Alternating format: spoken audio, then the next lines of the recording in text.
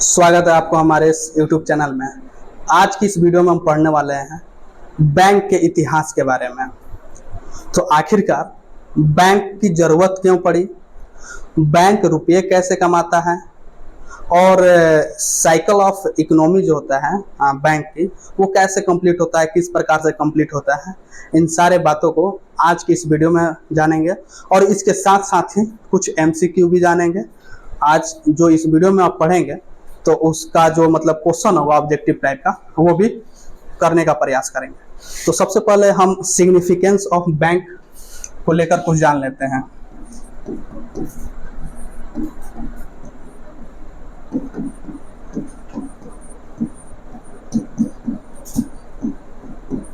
Significance of bank, तो आपको बता दें कि फैक्टर ऑफ प्रोडक्शन, किसी भी चीज को उत्पादन करने में क्या क्या फैक्टर है। फैक्टर ऑफ प्रोडक्शन,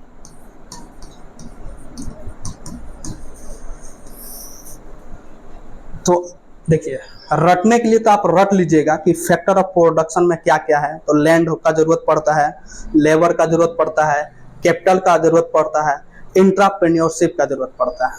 लेकिन उदाहरण के साथ जब भी आप पढ़िएगा ना, तो आपको रटने का आवश्यकता ही नहीं पड़ेगा।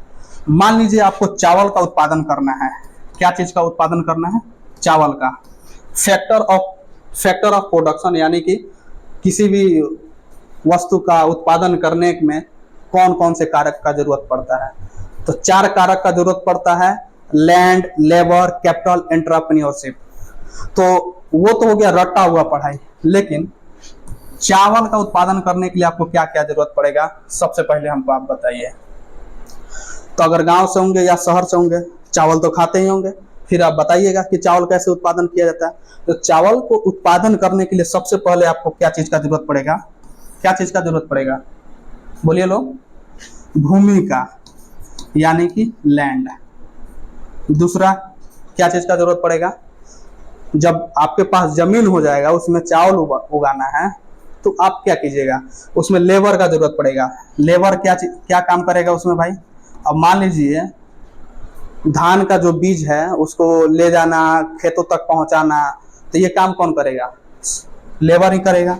और तीसरा किस चीज का आवश्यकता पड़ेगा आपको? अब ट्रैक्टर से खेत का जुताई करना है। सपोज कीजिए ट्रैक्टर से खेत का जुताई करना है, या कुदाल से भी कीजिएगा, तो आपको पूंजी का जरूरत पड़ेगा कि नहीं? ट्रैक्टर या ये क्या बोलते हैं, कुदाल खरीदने के लिए। तो तीसरा चीज आपको पड़ेगा कैपिटल। और चौथा पड़ेगा, सोचिए थोड़ा मतलब दिमाग लगाना पड़ेगा कि नहीं भाई, कि किस मौसम में चावल का उत्पादन किया जाए, कब उसमें पानी डाला जाए। मतलब धान के जो खेत होता है उसमें पानी डाला जाए, तब तो चावल उगेगा। तो चौथा चीज होता है आपका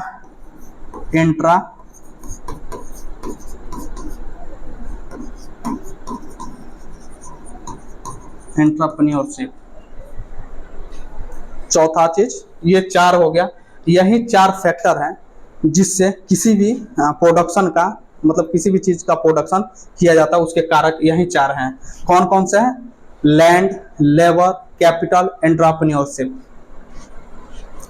तो अब एक बात और जान लेते हैं कि फैक्टर ऑफ प्रोडक्शन तो हो गया, लेकिन factor of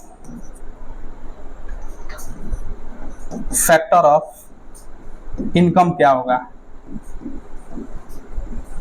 factor of income क्या होगा, ये बात जानिए।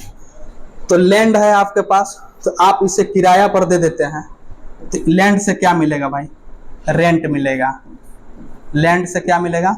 रेंट मिलेगा। लेबर है तो आपको क्या मिलेगा? वेजेस मिलेगा, वेतन। और आप कहीं पूंजी, आपके पास बहुत सारा पूंजी, और आप पूंजी मतलब कहीं करते हैं, पूंजी का उपयोग करते हैं, तो इससे क्या आपको ब्याज मिलेगा, यानी कि इंटरेस्ट मिलेगा। और चौथा एंटरप्रेन्योरशिप है। आप कहीं मतलब उद्योगपति हैं, कहीं अपना पूंजी निवेश करते हैं।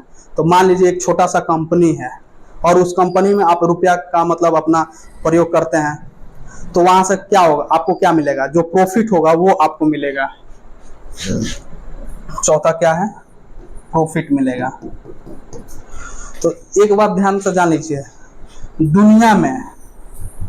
दुनिया में ये चार ही ऐसा मतलब तरीका है इनकम का। वो चाहे आप जापान का इकोनॉमिक्स पढ़ लिए या इंडिया का पढ़िए, मतलब दुनिया का किसी भी जगह का इकोनॉमिक्स आप पढ़िए, और यही चार तरीका है आपका इनकम का। बाकी पांचवा तरीका हो ही नहीं सकता है। तो इसी चार तरीके से जो है इनकम किया जाता है। तो ये जो है सिग्निफिकेंस ऑफ बैंक, मतलब हम थोड़ा बहुत समझने का प्रयास किए। उसके बाद बताइए, पहले क्या होता था? पहले के जमाने में कहीं से अगर मान लीजिए आपके पास रुपया आया, पहले के जमाने में, प्राचीन काल में चलिए, तो ये क्या करते थे, या तो खुद अपने पास रख लेते थे, और नहीं तो जमींदार के पास ले जाकर जमा करा देते थे। तो यहाँ पे जो जमींदार जो सेठ होता था, ये बैंक का रोल निभाता था। कोई भी व्यक्ति या तो अपने पास रखता था या जाकर जमींदार के पास, पहले जब बैंक नहीं हुआ करता था तो जमींदार के पास जाकर अपना रुपया, जो पूंजी है, धन है, संपत्ति है, वहां पे जमा कराता था, और जब जरूरत पड़ता था उसके अकॉर्डिंग वहां से वह अपना मतलब संपत्ति जो वापस लेता था। तो यहाँ पे जमींदार जो है वो जो है बैंक के रोल निभाते थे। वहीं जैसे जैसे समय बीतता गया, अंग्रेज आए, अंग्रेज राज जो है धीरे धीरे बढ़ने लगा, तो भारत के अंदर बैंक आ गए। अंग्रेजों का ही देन है कि भारत के अंदर बैंक आया। ये बात ध्यान में रखिएगा। पहले जमींदार हुआ करते थे बैंक के रूप में, बाद में अंग्रेज आए और भारत में बैंक का कंसेप्ट लेकर आए। तो यहाँ पे पिछले स्लाइड पे हमने देखा था कि लैंड, लेबर, कैपिटल, एंटरप्रेन्योरशिप, यही तरीका है किसी फैक्टर ऑफ प्रोडक्शन का, और फैक्टर ऑफ इनकम का रेंट, वेजेस, इंटरेस्ट और प्रॉफिट जो है यह है। तो इसमें से किसी भी चीज एक मतलब लेकर, जैसे लैंड का रेंट मिलेगा, लेकर हम थोड़ा मतलब समझ लेते हैं बैंक कंप्लीट से साइकिल ऑफ इकोनॉमी कैसे पूरा करता है। तो आप पहला नंबर का ही हम ले लेते हैं, लैंड और रेंट का। तो आइए आगे चलते हैं। लैंड और रेंट का पहले नंबर पर मान लीजिए लैंड से क्या प्राप्त होगा, आप पीछे देखें, रेंट प्राप्त होगा। ठीक है, तो यहाँ पे जो है बैंक का जो कंप्लीट साइकिल ऑफ इकोनॉमी है, यहाँ पे हम ये दो उदाहरण लेके हम समझने का प्रयास करेंगे। मान लीजिए कि ये रेंट में आपको 100 रुपया मिला। ये 100 रुपया जाकर आप बैंक के पास जमा कराते हैं।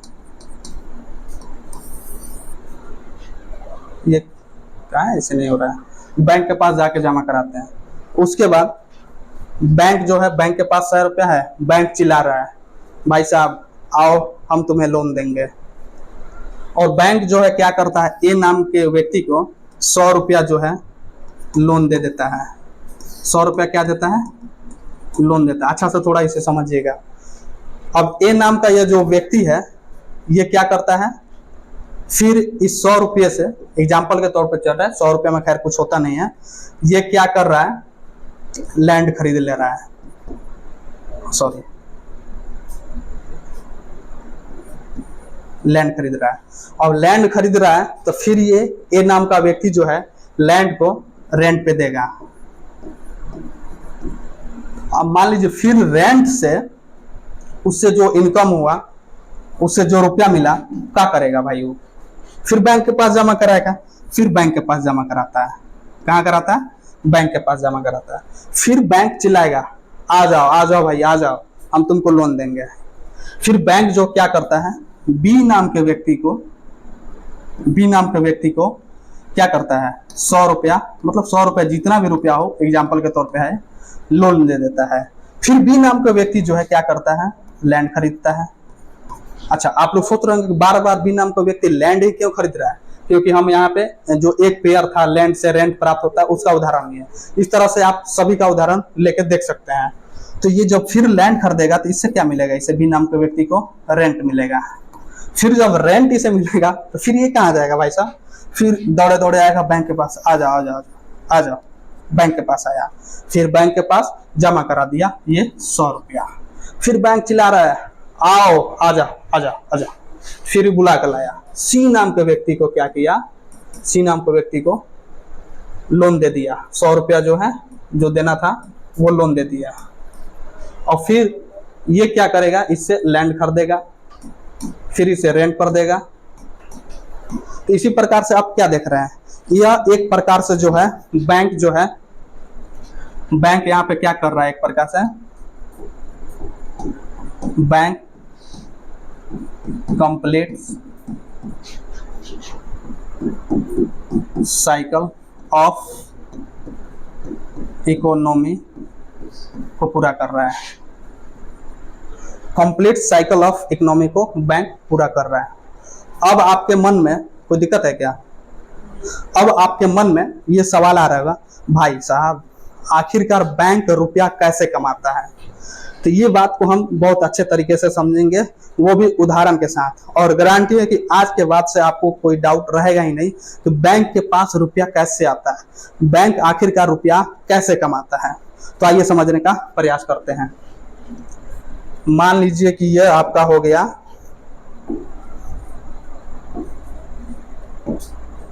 ये हो गया बैंक, ठीक है। और बैंक को आप बैंक अभी नहीं समझिए, अब अभी इसे आप फिलहाल समझिए ये क्या है, शॉप है। और मुझे क्या समझिए, एक शॉपकीपर समझिए। अब मैं जो है मतलब एक शॉपकीपर हूं, तो मैं लाऊंगा अभी होलसेलर से, जहां से भी मुझे लाना है, चॉकलेट लाऊंगा, डेयरी मिल्क चॉकलेट मैं लेकर आता हूं। चॉकलेट मैं कितने में लेकर आता हूं, 40 रुपया में। डेयरी मिल्क चॉकलेट भाई 40 रुपया में होलसेलर किसी दुकान से जाकर चॉकलेट लेकर आता हूं। और अभी आप बैंक को क्या माने थे, शॉप माने थे, अपने शॉप में रखता हूं। वो भाई साहब अपने गर्लफ्रेंड के लिए आ रहे हैं, दौड़े दौड़े भागे भागे, अंकल अंकल भैया भैया मुझे चॉकलेट दो। मैं बोल रहा चॉकलेट तो है दूंगा, लेकिन कितने में, 40 में दूंगा, नहीं दूंगा, क्योंकि होलसेलर जो दुकान है वहां से जाकर हम 40 रुपए में ले। इनको बोल रहे हैं गर्लफ्रेंड को देना है, आइए आप 45 रुपया दीजिए मुझे। इस चॉकलेट का दाम जो है 45 रुपया है। भाई साहब खरीद लिए, और यहाँ पे मुझे क्या हुआ, 5 रुपया का प्रॉफिट हो रहा है। 5 रुपये का प्रॉफिट हो रहा है कि नहीं, 5 रुपये का प्रॉफिट हो रहा है। उसी प्रकार से आप बैंक को खुद से इस तरीके से समझने का प्रयास कीजिए। ये हो गया बैंक, ठीक है। बैंक में दो तरह से लोग आते हैं, एक तो आते हैं डिपॉजिटर जो जमा करने आते हैं, और एक आते हैं लोन लेने वाले हैं। एक आते हैं जमा करने वाले, एक आते हैं लोन लेने वाले। अब इसमें फिर क्या खेला होता है, आइए। बैंक में जो है मान लीजिए जो जमा करने वाले हैं, ये आकर बैंक को 100 रुपया जमा करते हैं। 100 रुपया ये जमा किए। बैंक बोला आप मेरे पास जमा तो कर रहे हैं, लेकिन आपको हम जब वापस करेंगे तब आपको हम देंगे 4% इंटरेस्ट ऑफ रेट से। जो जमा करने वाला व्यक्ति है बोला कोई बात नहीं, 100 रुपया जमा करेंगे, बैंक हमें वापस 104 रुपया देगा। कोई बात नहीं, बहुत बढ़िया, बहुत अच्छा। लेकिन जब ये 100 रुपया जमा करने वाले बैंक के पास जमा कर लिए, तो बैंक के पास कितना रुपया हो गया, 100 रुपया। भाई साहब 100 रुपया हो गया, तो बैंक बोल रहा है आओ लोन चाहिए, आ जाओ हम तुम्हें लोन देंगे। बैंक जो है लोन देने वाले को बोल रहा है लोन देंगे 100 रुपया। ये क्या हो रहा है, लेकिन 12% रेट ऑफ इंटरेस्ट से, इंटरेस्ट ऑफ रेट से, इंटरेस्ट ऑफ रेट से। उसके बाद तो ये 100 रुपया जो है लोन इसको देगा जो लोन लेने वाला है, इसे वापस कितना बैंक को मतलब जब बैंक मतलब वापस मांगेगा कि भाई साहब तुमको लोन हम दिए थे, आप हमें वापस दीजिए, तो ये कितना देगा? 112 रुपया।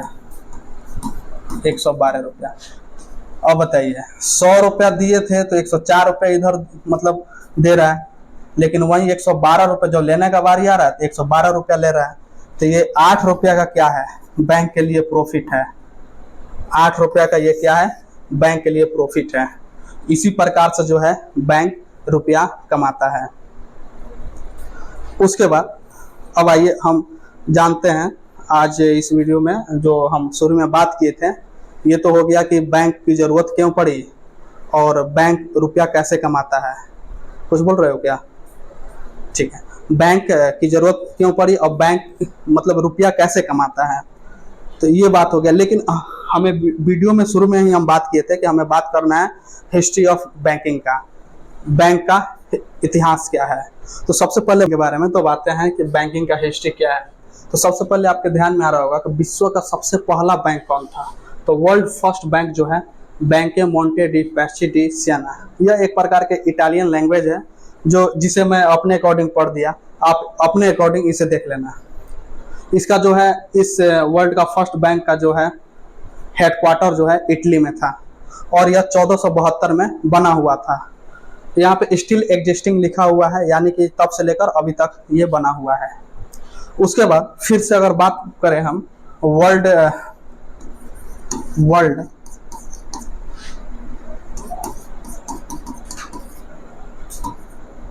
फर्स्ट बैंक नॉन एग्जिस्टिंग, जो अभी नहीं है, जो अभी एग्जिस्ट नहीं करता है। तो अगर इसका नाम को देखें तो ये जो है इसका नाम है मेडिसी बैंक।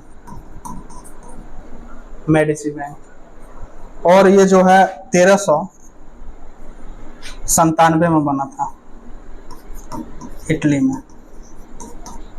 ठीक है, तो वर्ल्ड का फर्स्ट बैंक जो है आप देख लिए।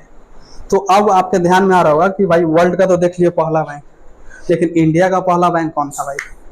तो आइए जान लेते हैं, क्यों परेशान है आप, इंडिया का पहला बैंक के भी बारे में जान लेते हैं। तो सबसे पहले इंडियन बैंक की बात कर रहे हैं।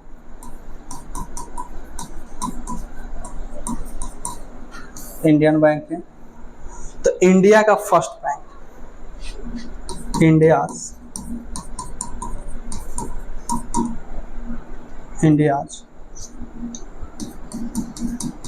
First bank. अगर आपको पता है तो बताइए इंडिया का फर्स्ट बैंक। तो इंडिया का फर्स्ट बैंक था हिंदुस्तान।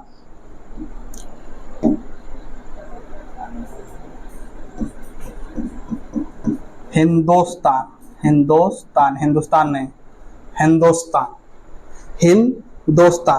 जो कि 1770 में बना था। कहाँ बना था? कोलकाता में। इंडिया का पहला बैंक जो था हिंदुस्तान था, जो 1770 में कोलकाता में बना था। यहाँ पे 1770 आ रहा है, तो इससे पहले भारत में क्या घटना हुआ था? 1757 में प्लासी युद्ध हुआ था और 1764 में बक्सर का युद्ध हुआ था। तो ये दो युद्ध जो है, जब अंग्रेज जो है पहला मतलब कि इंडिया का पहला बैंक जब बना हिंदुस्तान अंग्रेजों के द्वारा, तो इससे पहले इंडिया में दो घटना घट चुका था, 1757 के प्लासी युद्ध और 1764 के बक्सर युद्ध। इससे जो भारतीय जो है इतना तो समझ गए थे भाई साहब, ये अंग्रेजी चमड़ा जो है ना, अंग्रेज लोग जो है मेरे लिए तो कुछ, हिंदुस्तान के लोगों के लिए कुछ करने वाले नहीं है, और वो ये बात बहुत अच्छा से समझ रहे थे। अब ये जो बैंक आया तो यहाँ पे जो है अंग्रेज क्या बोलते थे कि अब इस बैंक में आप चाहें आकर अपना रुपया जमा कीजिए, बैंक में जमा कीजिए और लोन लीजिए, ये दो बात बोल रहे थे। तब हिंदुस्तान के लोग भी इतना बेवकूफ़ तो नहीं थे, बोले ठीक है, जमा करने के लिए कोई नहीं आया, यहाँ पे कोई नहीं आया, लेकिन लोन लेने के लिए लाइन पे लाइन लग गया। हिंदुस्तान के लोग लोन लेने के लिए लाइन पे लाइन लग गए। तो अब क्या, कोई भी बैंक जो है भाई लोन कब देता है? पीछे तो हमने पढ़ा ही था जो मतलब डिपॉजिटर होते हैं, जमा करने वाले होते हैं, जमा करते हैं तो फिर लोन बैंक देता है।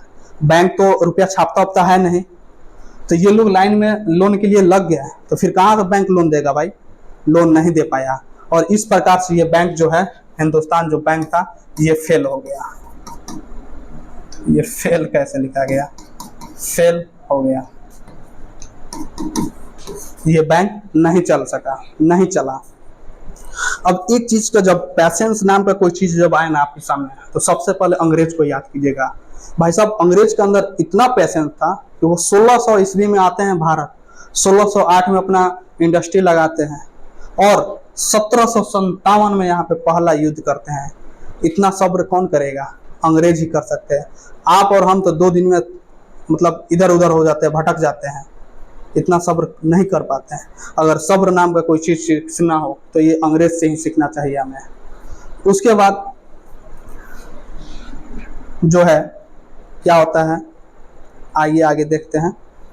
तो ये जब हिंदुस्तान बैंक जो है जब फेल हो गया, हिंदुस्तान रिमेंबर के लिए 1770 में बना था, कोलकाता में बना था। जब ये फेल हो गया तो अंग्रेज यहाँ पे चुप नहीं रहे हैं, ये सोचे अब तो कुछ करना पड़ेगा। फिर ये दूसरा तरीका अपनाए और ये 3 प्रेसिडेंसी बैंक खोले। कौन कौन से 3 प्रेसिडेंसी बैंक खोले, अब जानेंगे। मैप के थ्रू ही जान लेते हैं। मैप तो ढंग से बनाना आएगा नहीं, लेकिन समझ लिए ऐसे ही कुछ। यहाँ पे ओहो, ये राउंड होगा नहीं मुझसे। यहाँ पे और यहाँ पे। तो यहाँ पे जो था बैंक ऑफ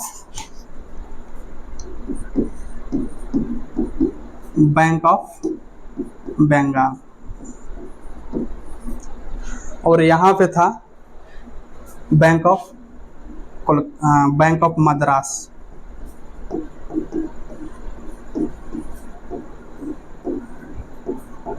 और यहाँ पे था बैंक ऑफ मुंबई।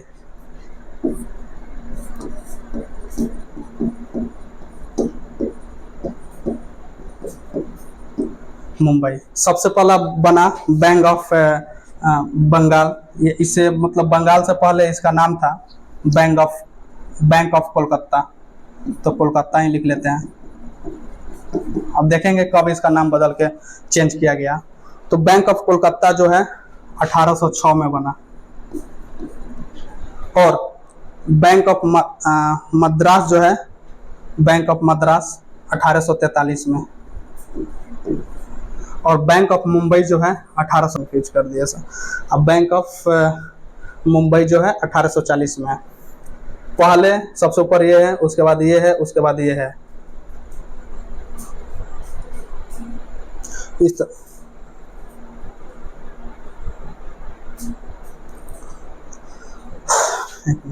ठीक है, ये 3 प्रेसिडेंसी जो है अंग्रेज के द्वारा बनाया गया। Bank of Kolkata, bank of Madras, bank of Mumbai. 1806 में बैंक ऑफ कोलकाता को बनाया गया, 1843 में बैंक ऑफ मद्रास को बनाया गया, और 1840 में बैंक ऑफ मुंबई को बनाया गया। अब होता क्या है, ये तीनों बैंक फेल हो जाता है। ये तीनों बैंक फेल हो गया। फिर अंग्रेज जो है थक हार के क्या करते हैं, 1860 में एक कानून बनाते हैं, ज्वाइंट कंपनी एक्ट। 1860 में बनाते हैं ज्वाइंट कंपनी एक्ट, 1860 में अंग्रेज बनाते हैं। और इसमें यह मतलब तय करते हैं कि तीनों बैंक को मिलाया जाएगा। और सबसे पहले 1921 में जो है, ये जो तीनों प्रेसिडेंसी था जो हमने पीछे देखा, bank of Kolkata, bank of Madras, bank of Mumbai, इन तीनों को मिलाकर 1921 में इंपीरियल बैंक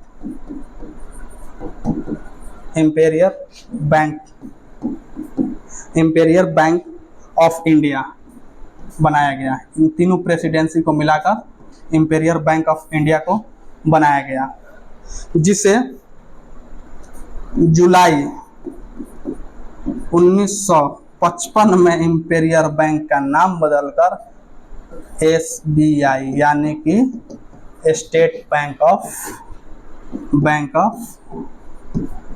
इंडिया कर दिया गया। सबसे पहले क्या होता है, 1860 में थकारकर अंग्रेजों द्वारा एक कानून बनाया जाता है जिसे ज्वाइंट कंपनी एक्ट 1860 कहा गया। उस एक्ट के तहत जो है 1921 में इंपीरियल बैंक ऑफ इंडिया जो है, ये तीनों प्रेसिडेंसी बैंक जो था, जो असफल हो गया था, अंग्रेज नहीं चला पाए थे, उन्हें मिलाकर जो है इंपीरियल बैंक ऑफ इंडिया बनाया गया।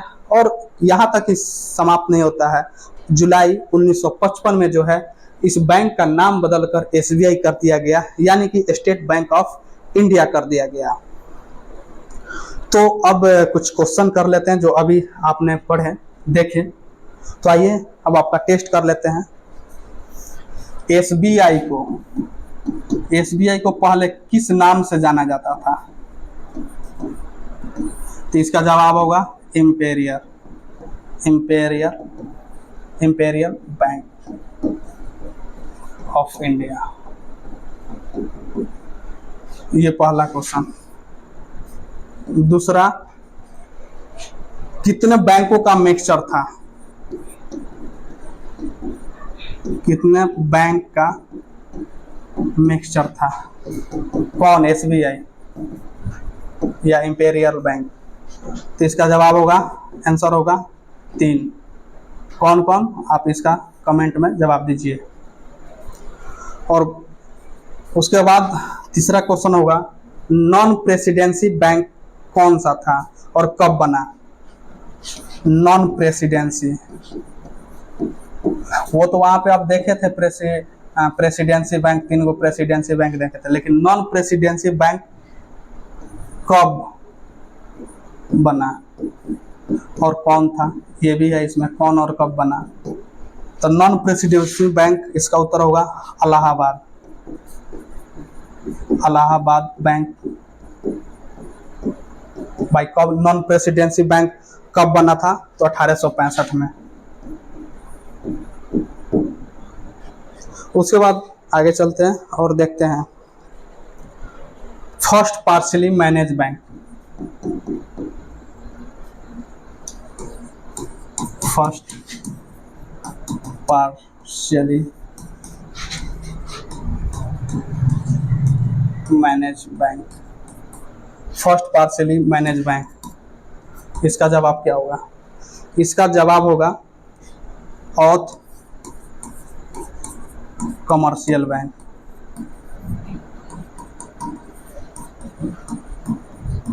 ऑथ कमर्शियल बैंक, ये 1881 में बना था फैजाबाद में।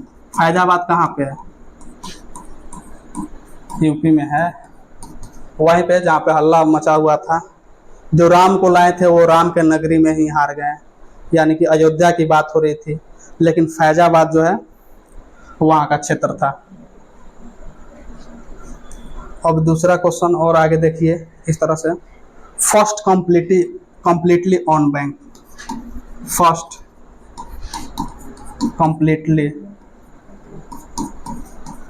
owned बैंक, ये कौन सा बैंक, कौन बैंक था भाई? तो इसका जवाब होगा पीएनबी। पीएनबी आपको पता है, Punjab national bank, Punjab national bank. ये कब बना था भाई? तो 1894 में लाहौर में।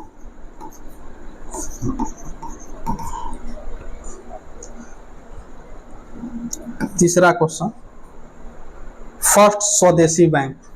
चलिए आगे ही आ जाते हैं।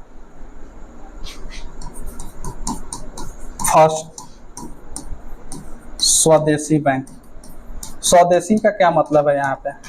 यानी कि बैंक चलाने वाले भी अपने ही देश का, इंडिया के ही हो, और बैंक में रुपया जमा करने वाले ही इंडिया के ही हो।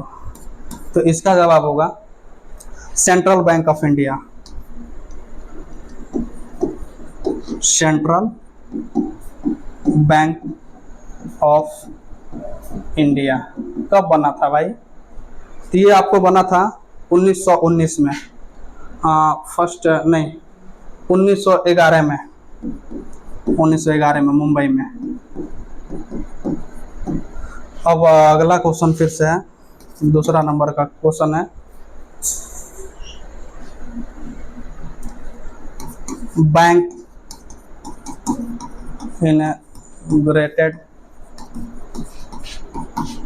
बाय महात्मा गांधी। कौन वो बैंक है जो महात्मा गांधी के द्वारा उद्घाटन किया गया था? तो इसका जवाब होगा आपका union bank of India. Union bank of India. कब? 1919 में, जब जालियांवाला बाग हत्याकांड हुआ था, उसी टाइम की बात है। अगला क्वेश्चन है, first overseas bank of India. Overseas bank of India वो कब? फर्स्ट, पहला। इसका जवाब होगा bank of India. Bank of India ये कब बना हुआ था भाई? तो बैंक ऑफ इंडिया का मतलब बैंक ऑफ इंडिया का देखें, इसमें दो प्रकार से आप देखिए। पहला 1906 में मुंबई में, और दूसरा लंदन में।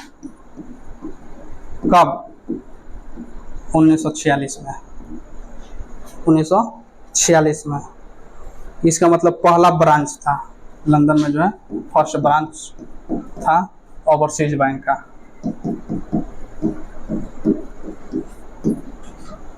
फर्स्ट ब्रांच था।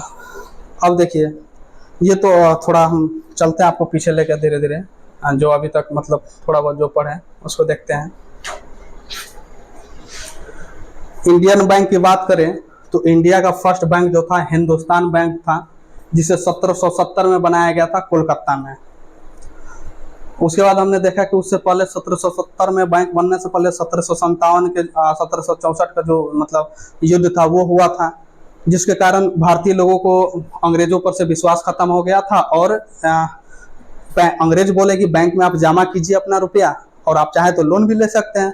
तो लोन लेने के लिए सारे लोग चले गए, लेकिन जमा करने के लिए कोई नहीं गया, जिस कारण से यह बैंक जो है फेल हो गया। उसके बाद आगे हमने देखा कि अंग्रेज जो है, उसके बाद जब वो बैंक फेल हो गया, हिंदुस्तान बैंक, तो इसमें 3 प्रेसिडेंसी बैंक बना है, bank of Kolkata, bank of Madras और बैंक ऑफ मुंबई। ये 3 प्रेसिडेंसी बैंक बना, ये भी फेल हो गया। फिर क्या करते हैं आगे? 1860 में अंग्रेज जो है ज्वाइंट कंपनी एक्ट लाते हैं 1860 में, और इसके तहत तीनों प्रेसिडेंसी बैंकों को मिलाकर इंपीरियल बैंक ऑफ इंडिया बनाते हैं 1921 में। लेकिन यहाँ तक ही नहीं रुकते हैं, और 19 जुलाई 1955 में जाकर यह इंपीरियल बैंक ऑफ इंडिया का नाम बदलकर एसबीआई कर देते हैं, और स्टेट बैंक ऑफ इंडिया, यानी कि स्टेट बैंक, इंपीरियल बैंक का जो नाम बदलकर स्टेट बैंक ऑफ इंडिया कर दिया गया। उसके बाद हमने देखा आगे कि मतलब उससे संबंधित जो पढ़े थे क्वेश्चन थे कि एसबीआई को पहले किस नाम से जाना जाता था? इंपीरियल बैंक ऑफ इंडिया के नाम से जाना जाता था। इसमें कितने बैंकों का मिक्सचर हुआ था? 3 बैंकों का, bank of Kolkata, bank of Madras, bank of Mumbai. Non presidency bank कब बना? तो इसका जवाब है इलाहाबाद, 1865 में इलाहाबाद बैंक। उसके बाद हमने देखा फर्स्ट पार्शियली मैनेज बैंक, तो औथ बैंक, कमर्शियल बैंक 1881 में बना फैजाबाद में। फैजाबाद कहाँ है? तो यूपी में है। कंप्लीटली ऑन बैंक जो है, फर्स्ट कंप्लीटली ऑन बैंक क्या है? तो पीएनबी है, पंजाब नेशनल बैंक, जो 1894 में बना और लाहौर में बना था। उसके बाद हमने देखा फर्स्ट स्वदेशी बैंक। स्वदेशी माने वहाँ पे जहाँ पे जमा करने वाले भी अपना हो, अपने देश का हो, और बैंक चलाने वाला भी अपना हो। तो फर्स्ट स्वदेशी बैंक की अगर बात करें तो फर्स्ट स्वदेशी बैंक था सेंट्रल बैंक ऑफ इंडिया, जो कि 1911 में मुंबई में बनाया गया था। उसके बाद हमने देखा bank inaugurated bye Mahatma Gandhi. वो कौन सा बैंक था जिसे महात्मा गांधी के द्वारा उद्घाटन किया गया था? तो यूनियन बैंक ऑफ इंडिया। ये कब किया गया था? तो 1919 में। उसके बाद हमने देखा first overseas bank of India, तो इसका जवाब होगा bank of India. Bank of India का दो 1906 में मुंबई में बना था, और पहला ब्रांच जो है लंदन में 1946 में बना ओवरसीज बैंक का, बैंक ऑफ इंडिया का। उसके बाद ये तो पहले वाला हो गया। अब आइए अब कुछ क्वेश्चन देख लेते हैं। First, non presidency bank. तो क्वेश्चन तो खैर जो था वो देख लिए थे, अब किसी और दिन हम, बहुत लंबा वीडियो हो गया तो किसी और दिन क्वेश्चन करा देंगे। धन्यवाद वीडियो को देखने के लिए। ऐसे ही वीडियो देखने के लिए हमारे चैनल से आप जुड़े रहें।